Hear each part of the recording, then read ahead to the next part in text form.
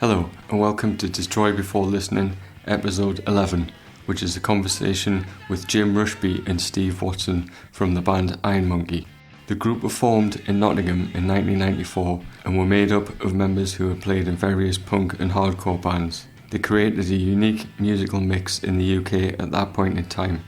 Over the course of their original 5-year run, they experienced several lineup changes, but released a highly regarded self-titled debut CD, a full-length album Our Problem on Earache, and a split with Church of Misery on Man's Ruin Records.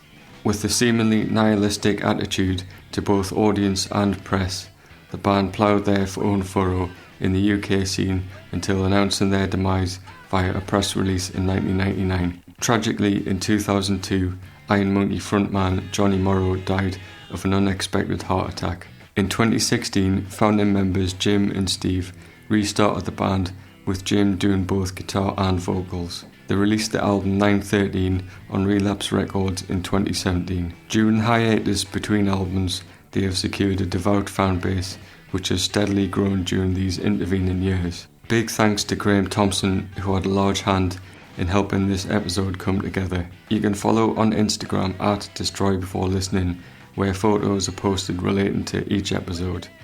Please subscribe and share this to anyone who may be interested. Getting the word out is always appreciated. Thank you.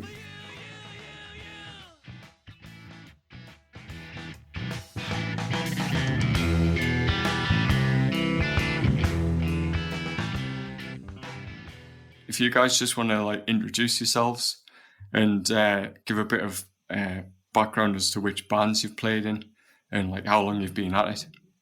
I'm Jim-Rushby.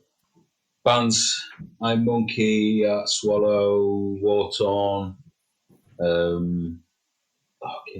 loads of bands. Yeah. Ironside, who? Rid, yeah. Geriatric Unit. OD Rose, Phantom Limb Management, Dick Lickers. Fucking hell. Yeah, they're ones I can impound. They're ones I can remember anyway. So a lot of stuff. Yeah. Currently, I've just started something new, but main thing we're doing at the moment is Iron Monkey. Been doing that since '94. Picked it up again in 2016, and I'm currently doing the vocals and the guitar.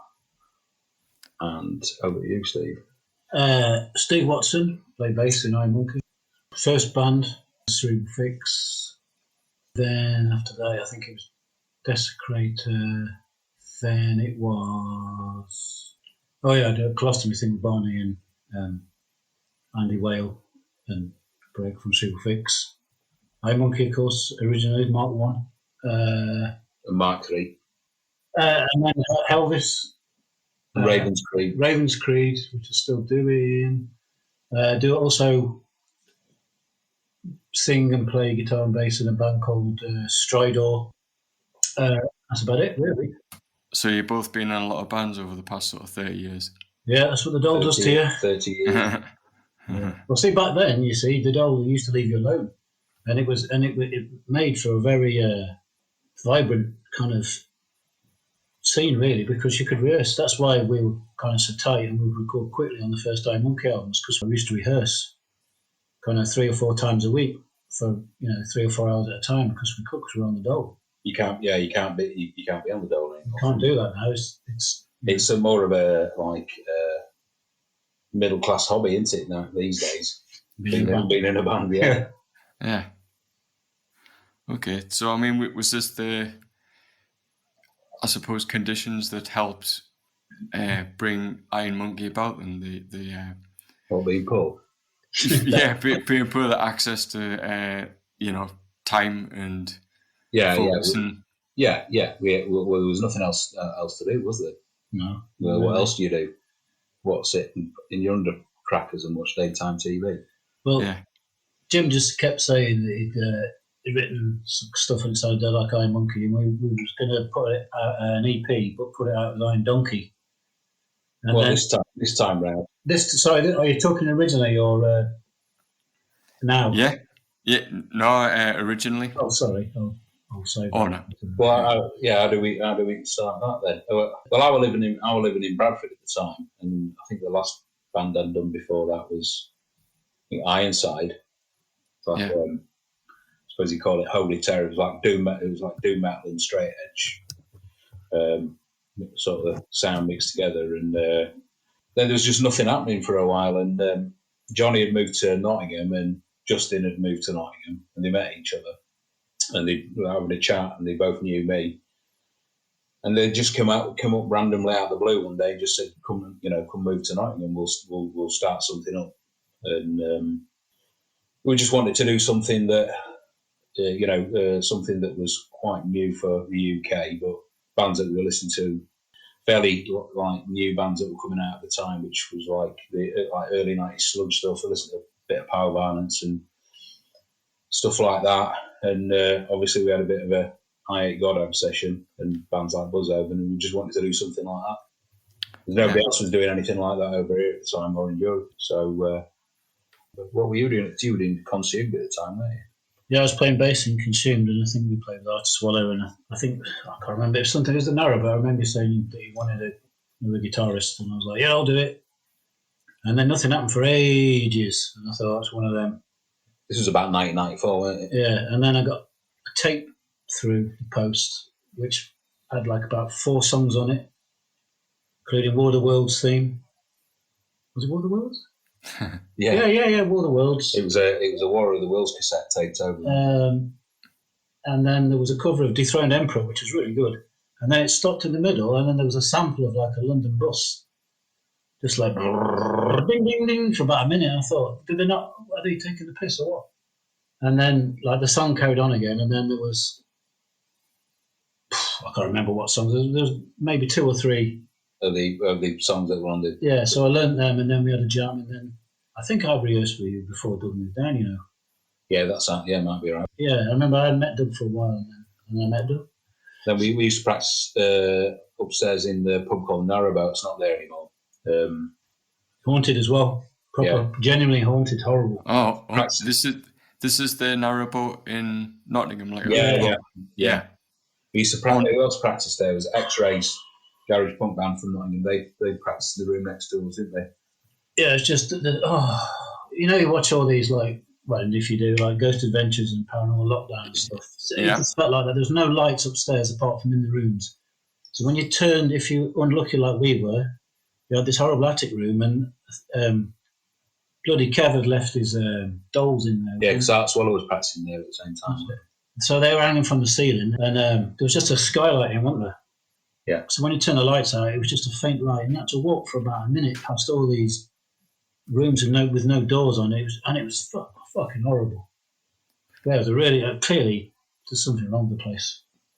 Yeah, let's say it's a BT building, isn't it? Is it BT? So knocked it down. Evening Post. Yeah, so that was about 1994, wasn't it? When we first started getting together, and then we. Both Laser Quest, when we used to use Earth Tone 9's gear, and they without asking, and they had some really nice amps, them 5150s, their heads, cabs, and we had nothing. We had our guitars, but that first thing you hear on the first album was Jim's Honolulu Paul with the Metal Zone. Yeah, it's just like through a transistor Marshall that belonged to Sneak. Yeah, I was always borrowing other people's stuff. We never had any gear. We didn't have any money. That's why we didn't have any gear. So just using this whatever we could borrow or steal or anything, weren't we? You know what I mean? And so I didn't have any leads. And I mean, when we recorded that first album, I had the strings on my guitar, same strings I had on my guitar for a year and a half. Been on 18 months. You know, we were covered in shit because we didn't have any money. Like what money did you have? Just apart from a bit of money for the pub. You know what I mean? So. Just whatever we could, fucking use. That's why we signed to Air Raid, because it's to buy some new equipment. Earth Tone 9 left us polite notes on the gear, like post-it notes saying, "Hi lads, please don't use these. Bridges to be endorsed. They cost a fortune," or something like that. So we used them, and then we went in and they chained them all together. Do you remember? Yeah. They chained like the cabs facing each other and heads facing each other, and we still used them. I think they picked the lock or something, didn't they? Yeah, and I mean, shouldn't have done it. Didn't we get kicked out of practicing the Laser Quest? And then after that, where did we practice then? Practiced what's it called? Fucking Snenton. Yeah. Magnet. Yeah, we practiced at Magnet then.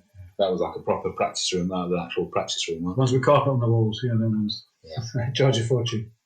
Yeah, so that was, when did we do his first gig? I think that might have been at Narrowboat. First gig? It was at Narrowboat, weren't it? First gig was at Narrowboat, can't remember who it was with. Second gig was in Swansea.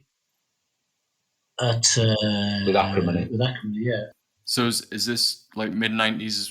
But well, is it? This is like 94, 95 maybe. Early 95, I reckon. Yeah. When we actually started. Because the band broke on the way back. Yes. So what, you practiced in like 6 months or so and then started? Yeah, it's dead easy. It's not misconsumed off because they've been going for years. This is the band that Steve were in.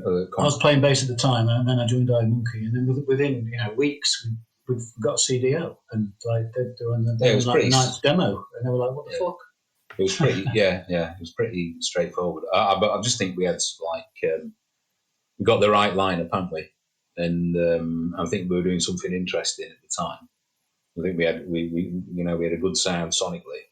The vocals as well, that made us stand out. It was just like, I remember when he started singing, I was just like, that's ace. Wow. Yeah, I think I've just got it was just everything came together at the right time, so it was quite easy. Because we didn't have any cash and stuff, just a lot of interest straight away, weren't they? Although I say that, we never really played to many people ever, did we? No, we played loads of, what was that place we played in, was it Wigan? Some hotel? Was it Wigan? I let you know the guitar and it fell off and you broke the neck on it.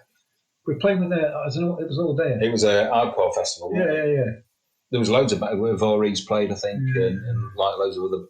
Because a lot of people think we come we come from a metal background, but we don't. We come from an hardcore background. So most of our early shows were at hardcore. What was that squad gig? Hardcore gigs, weren't they? 1 in 12 and places like that. Squad gig with Sean Curley's and. It's 120,000 rats or squad leads. I can't remember the exact name, but it's something to do with rats. It's 120 rats, isn't it? Just got a brand new drum kit and he set it up, and it was all these posh, like really nice chrome and stuff like that. And the drummer from Sean Curley sat behind it, and he said to Justin, "I'm buying your drum kit," so he didn't give him a choice. I sat behind it and like moved the shells without unlocking the Allen keys, and it just tore all the chrome off and he battered the shit out of it. Yeah. So I mean, we were all been in the the hardcore scene. Steve, apart from probably Steve, you kind of crossed over into like grind and death metal. That's where underground death metal and early grind scene. Weren't you kind of were sort of part of that, weren't you?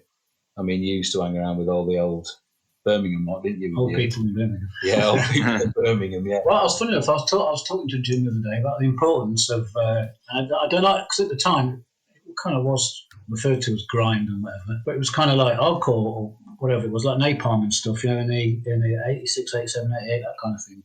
We did a gig in London, and I remember there was 2 Norwegian chaps with Lee Dorian, and then we were sharing a van with them, and it was obviously Dead in Euronymous, and he was trying to palm us off onto him, saying one of them won't shut up and the other one don't say anything.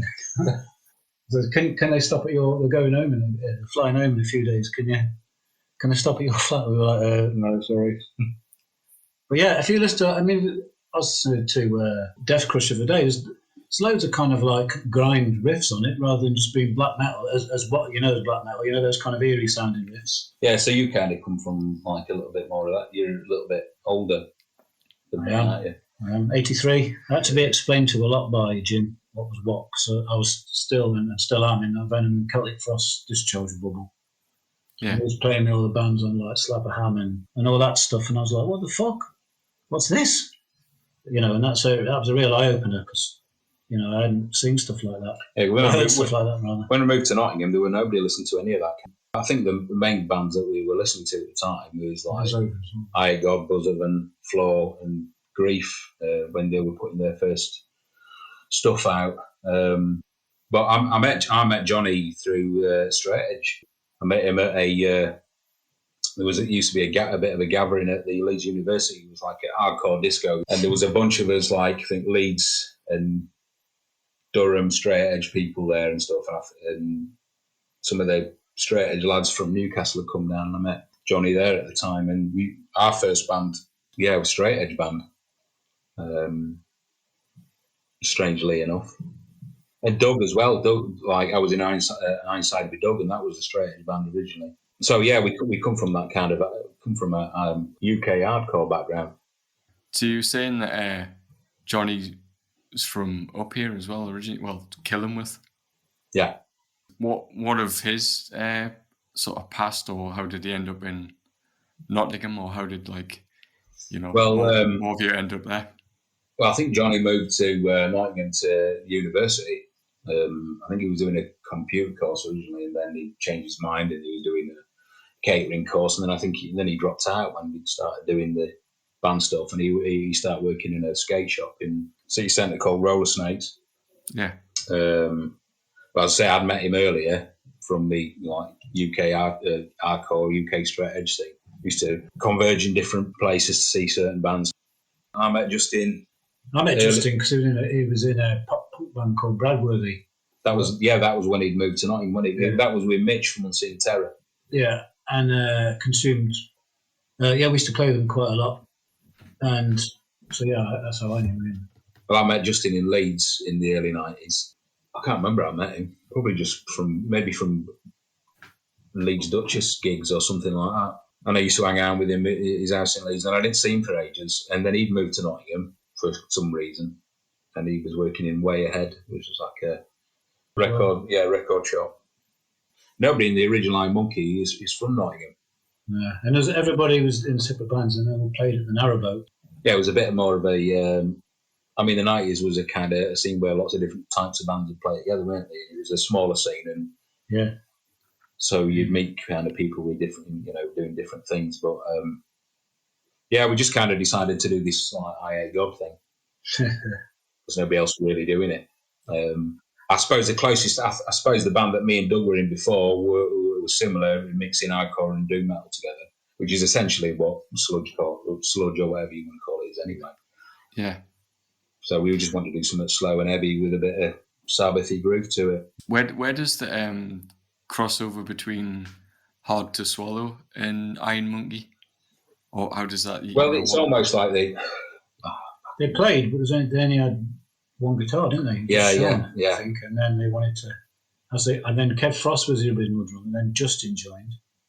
Gord played bass, and kind of did vocals or whatever. Same with Bloody Kev, Goy, and then I remember Gord's, Sean Duggan, and then I remember you, John, because I saw your first gig at Old Angel. Yeah, they asked me to play second guitar, and I just not long moved to Nottingham. It was about the same time when I started up Iron Monkey.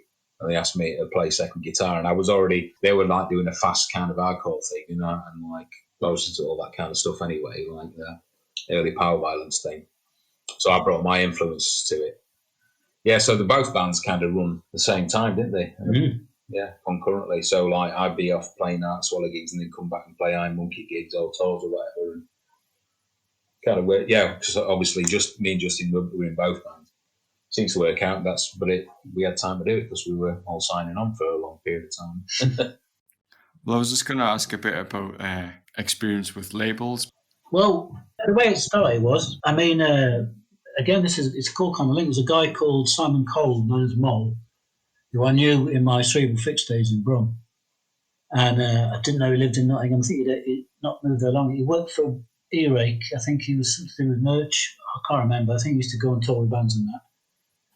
He saw us play first gig, and he wanted to put out his label Union Mill, and he wanted to put out a 10-inch, I think, with like 4-5 songs on. Yeah. So he booked 2 days at Andy Sneap's studio when he just had an 8-track.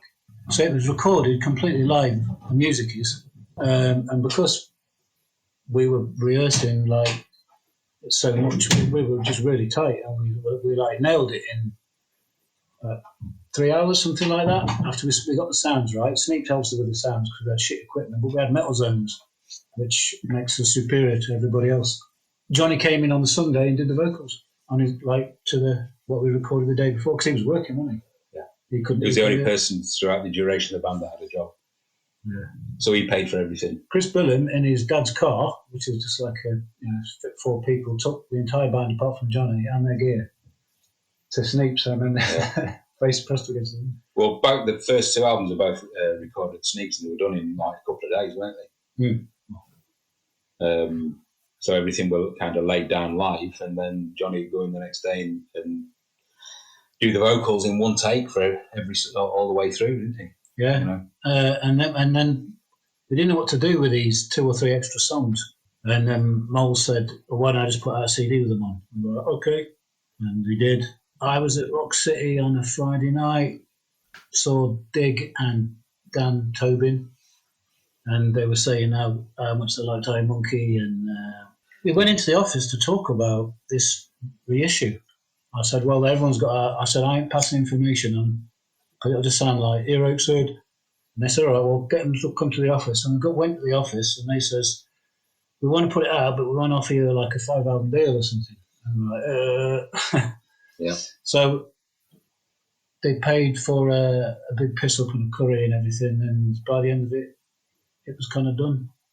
Sent the contract through, went to London to have it looked at. They said it's standard industry contracts. You don't get publishing. I don't think anybody got publishing on Earache. And then there was about 3 or 4 gigs. There was an old area in London, and I just got arseholed. At the time, booze was the best thing in the world. I loved it more than anything else, more than bands or whatever, you know. And I saw gigs, because there's free access, not that we got a ride or anything, but there seemed to be booze around more, you know. So I was just getting more and more pissed, becoming unreliable, playing things wrong, just being a dick. Yeah, I think the highlight, played with Misfits. The down point that we played at Rio's in Bradford, like metal club in Bradford, it was like there were quite a few bands on, and the Misfits were headlining. Steve was in his drinking mode. I remember following him around, making sure he didn't drink too much, but he did. I played to Justin, right? He phoned me up and he said, you need to come and see this video from Rio's. And I was like, all right, yeah, I'm just going to have a drink and I'll be down. And I watched it and I pissed myself laughing.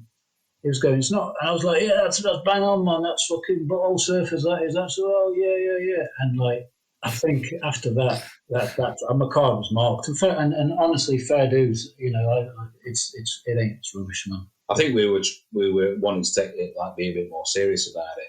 And obviously I wasn't taking it seriously at all. So yeah, we're giving you a few warnings, aren't we? And we all came round to your house, didn't we? Like unannounced, knocked on your door. Yeah.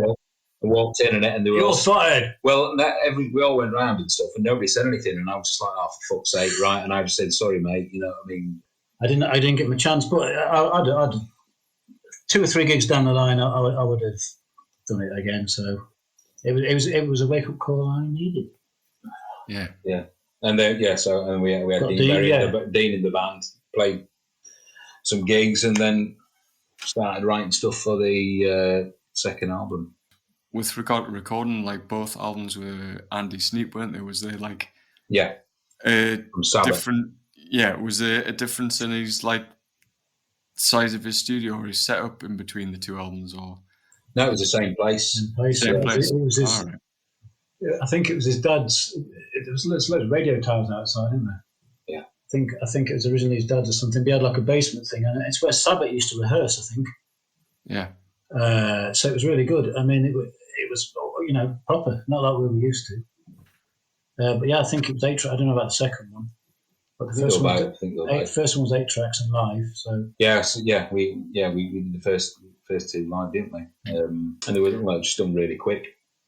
And Johnny, like, he was pretty effortless with his vocals, and everything was in one take. That's the thing, you know. The people going about the Andy Sneap sound. People who have the Andy Sneap sound want it. He didn't make us sound like that. He just recorded us. He just said, right, what's the thing? We were like Sabbath, but we're kind of with fucking big dirty chains hanging off it. You know what I mean? We don't mind. The feedback's supposed to be there. The kind of noise or whatever like that. It's supposed to be like that. And he's like, right, yeah, and then just recorded us. We did 3 recordings though, because we did the 3 tracks for Man's Ruin Records. Okay. How did that come about? I'm not sure. Doug had been in touch with the guy. I think Doug was quite into that label at the time. think it was more stone rock bands, weren't it? On like bands like Fu Manchu. Could have been Justin then, because he liked Fu Manchu. Yeah. I was never really into stone rock, but like a couple of the other guys were and stuff. And so obviously there'd been some correspondence between them, and so they'd been doing like a set of 10 inches, weren't it? Fucking, I'll have to get Google out to Google my own fucking band. Seriously. Yeah, so it's completely different how to record the last album, isn't it? Yeah.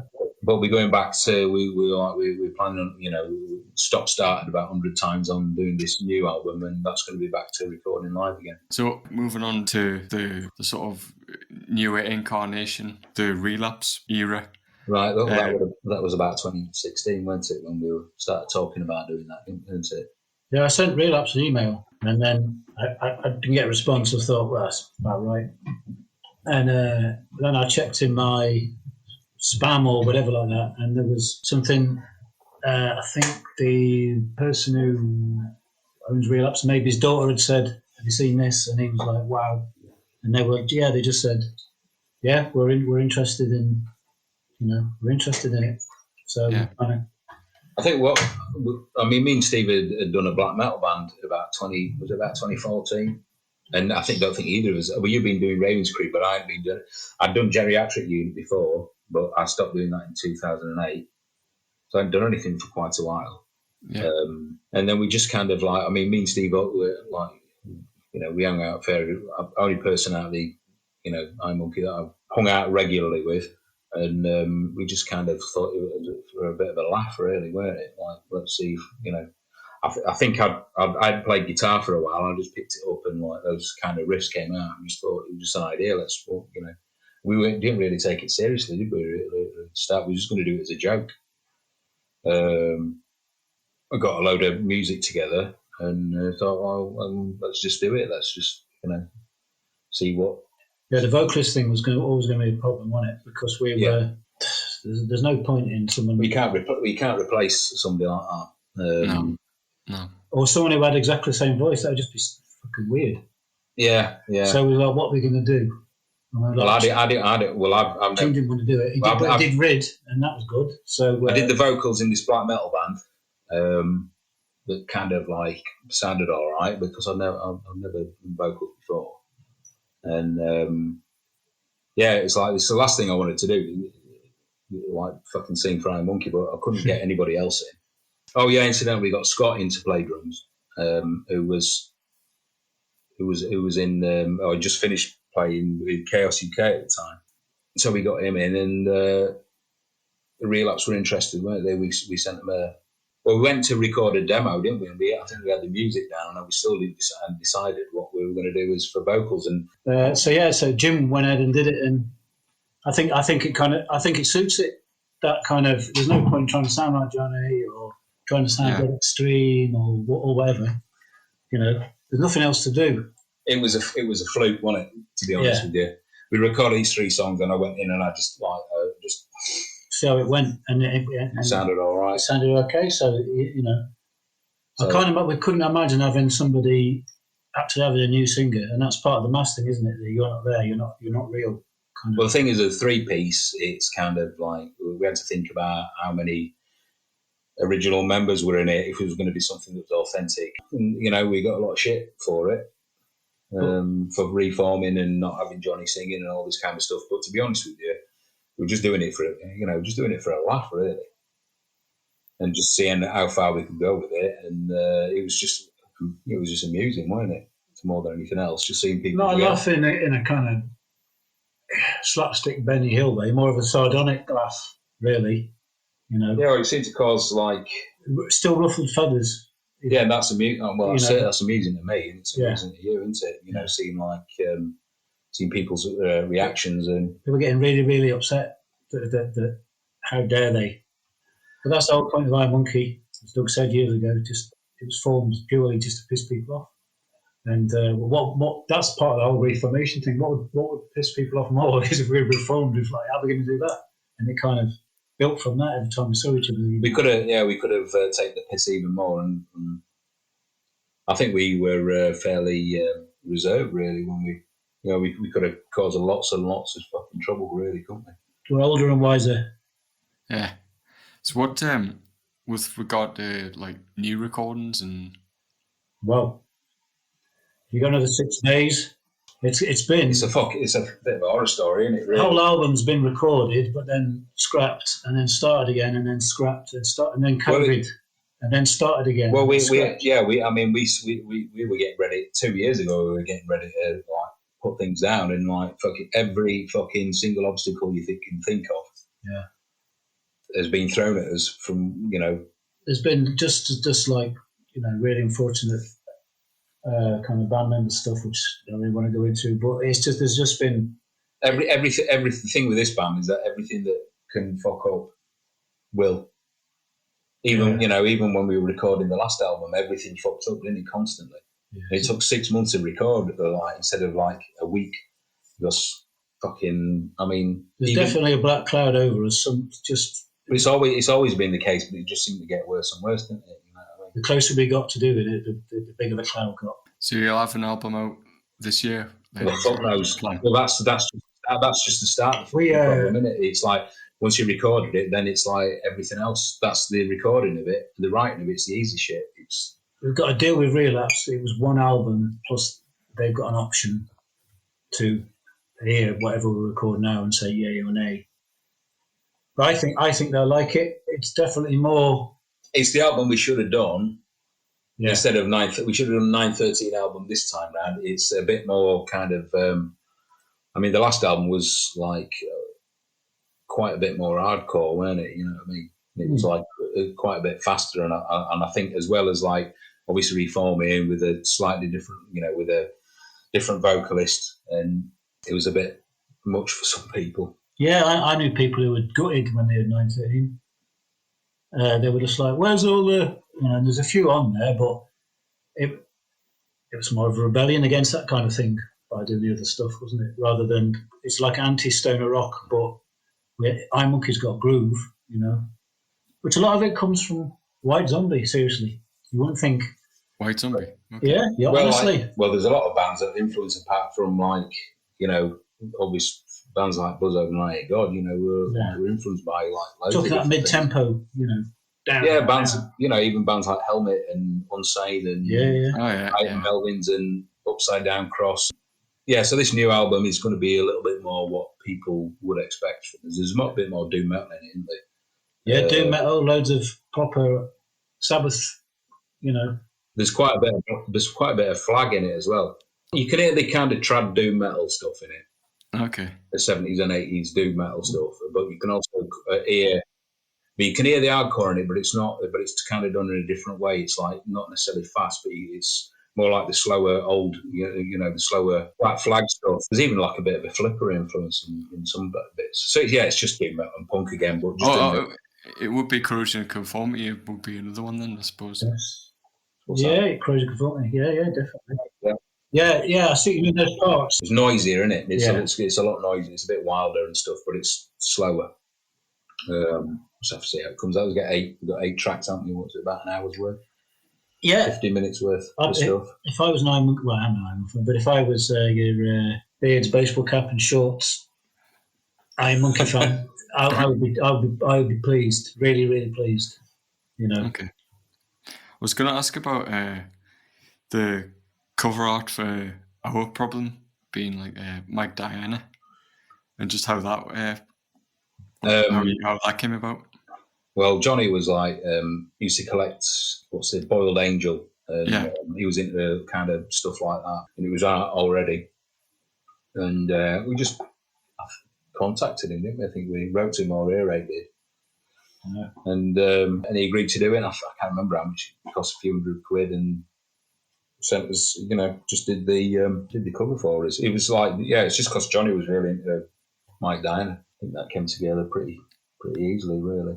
The first artwork for the first album I did with cut and paste, scissors and glue. Really, it was from a load of old health and well-being magazines that had come out in the early 80s. I managed to get hold of them. I just cut them all up, stuck them down in an afternoon. That's kind of like an I Hate God thing as well, isn't it? Yeah, definitely. Kind of reminds me of like some of the art in the industrial culture. Handbook. That's it. Handbook, yeah. Yeah, some of that kind of influence in it as well. Yeah, I don't know what we're doing with the artwork for the new one. Do you? Yeah, we had some ideas, didn't we? Would it be it's the monkey gram, isn't it? Well, we did the monkey gram on the last one because it was just something that was recognisable. We thought about that, and we just thought, as it's a comeback, it needs to be, what do they call it, brand recognition, all that shit. Yeah, because some people say like monkey karaoke, and that's funny to us. We did those gigs, which is even more karaoke. You were meant to tour the US and record with Steve Albini, like at the end, but that didn't happen. Yeah, well, that was the idea for the Our Problem lineup when we were going to do the next album, which we'd written some songs for. I think about 4 or 5 songs for. This is just before we split up. I'd left the band just before the band split up, but I'd written about 4 or 5 songs for a new album, and they were actually pretty similar stylistically to what we did on the 913 album. So it was like sped up. They were faster. What I was kind of calling it sludge and roll at the time. And the idea was to do the album, to go over and do it with Steve Albini. And we were actually going to see, Pushead wanted to do the cover for it, but cool. I'd left the band, and then not long after they did like one tour, ill-fated tour in Poland, and that was it. Johnny, the band split up, and then Johnny died. Just like if you got any last thoughts or about the band and like looking back and stuff, or just doing Iron Monkey, just the. It's really hard work being this band, and it's really time consuming and very little reward. We don't get much, but I don't really know why we do it, to be honest with you, because I don't enjoy it at all. It costs me money, and I don't get anything out of it. So it's like almost like we have to do it.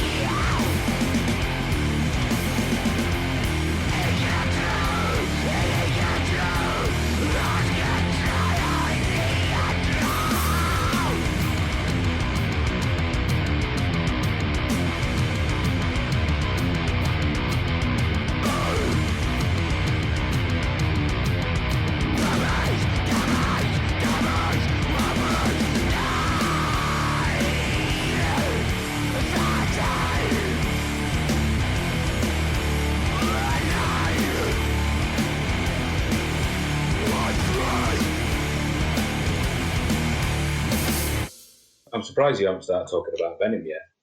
Throughout this whole thing. I try to restrain myself. No, Venom, big. I mean, I'm a huge, All right, carry on. Venom fan. And, Steve's Venom's number one fan.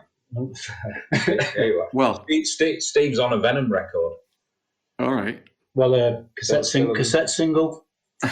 They released I think it was record breaking at the time. It was like about 7 or 8 different versions of the song Nightmare. Okay. And they did a cassette version. It was basically me and my friend Mark Cully phoning up from a payphone to Neat Records, just going on about Venom because the gig was cancelled, which it was. And it goes on for about 10 minutes, seriously. We're only kids. We sound like Beavis and Butthead. They put it out on the Nightmare cassette single. I like it's like a radio interview with Alan Robson where they just rip the studio up at the end. Yeah, well, that's the thing, right? Class. Do you reckon that's genuine? As a kid, I thought it was real, but right? It's just a bit of just them being. It's WWF, isn't it? It's just all you know as well as I do. You only got to rip a piece of paper up in front of the microphone, and it'll sound like everything's going crazy. Yeah. So they do the same thing. There's it's like something I saw on YouTube. It's like a mid-80s thing, 85. There was a metal program. It's on Sky or something, and they just trashed this sort of studio there as well. Is it where Cronus is constantly flicking his hair around? Yeah, I think so. Yeah. Yeah, he's like sat in, he's got them clear fitted sunglasses on, and he's kind of there around. But so they put that out, and it's on YouTube if you want to go and look for it. Yeah, it's called the Venom's Legion's True Answer Phone Message or something. All right, I'll put a link. I'll link that as well. Yeah, put a link to it. Yeah. So it sounds. I listen to. Sounds like two pissed up 14-year-old kids shouting about Venom down there. Well, this is the thing, right? They did that thing called the 7 Dates of Hell, which was 7 gigs in 7 different countries, and the one in Britain was supposed to be at Birmingham Odeon.